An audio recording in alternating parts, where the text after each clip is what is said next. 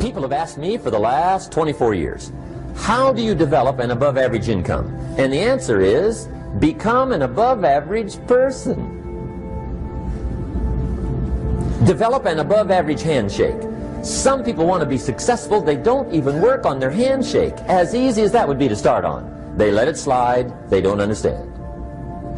Develop an above average smile. Develop an above average excitement. Develop an above average interest in other people. Develop an above average intensity to win. See, that'll change everything. Probably one of the most frustrating experiences in life is looking for an above average job with above average pay without becoming an above average person. It's called frustration.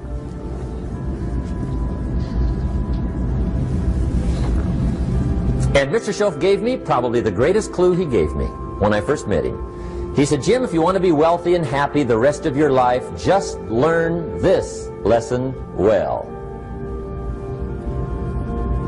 He said, learn to work harder on yourself than you do on your job.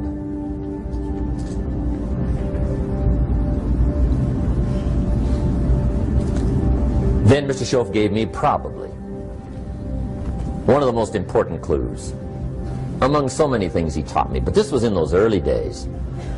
Mr. Schoaf was very kind, but he was also very abrupt. And he had these interesting questions to ask. I'm giving him a little rundown one day on how things hadn't worked out for me. He said, Mr. Rohn, I've got the answer for you if you will listen carefully. And listen carefully I did that day and for the next 5 years. If somebody's wealthy and happy, you gotta listen. He said, Jim, I've only known you a short time. But he said, it's already my honest opinion that for things to change for you, you've got to change. That wasn't quite the answer I was looking for.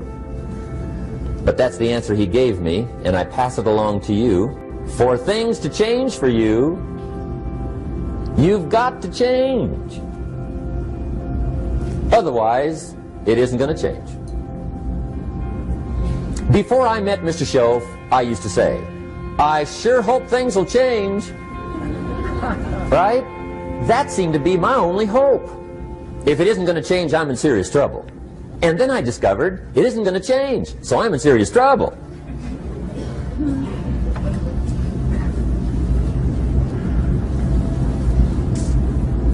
See, I can tell you what the 80s are going to be like. You have dropped into the right place. I did a seminar one time for Standard Oil executives and management in Honolulu. And we're having a conference one day on this big conference table. And one of them said to me, Mr. Rohn, you know some fairly important people halfway around the world. What do you think the 80s are going to be like? I said, gentlemen, I do know the right people. I can tell you. So they all listened very carefully. And I said, gentlemen, based on my wide experience, I can really honestly say to you, in my opinion, in the 80s, it's going to be about like it's always been. Now, of course, I said that to make a point, but I also said it because it's accurate. It's going to be about like it's always been. It isn't going to change. The tide comes in, and then what? It goes out. For 6,500 years that we know of, recorded history, and probably long before that. So it is not going to change. It gets light, and then what? It turns dark. 6,500 years. See, it's not likely to change. And we're not to be startled by that.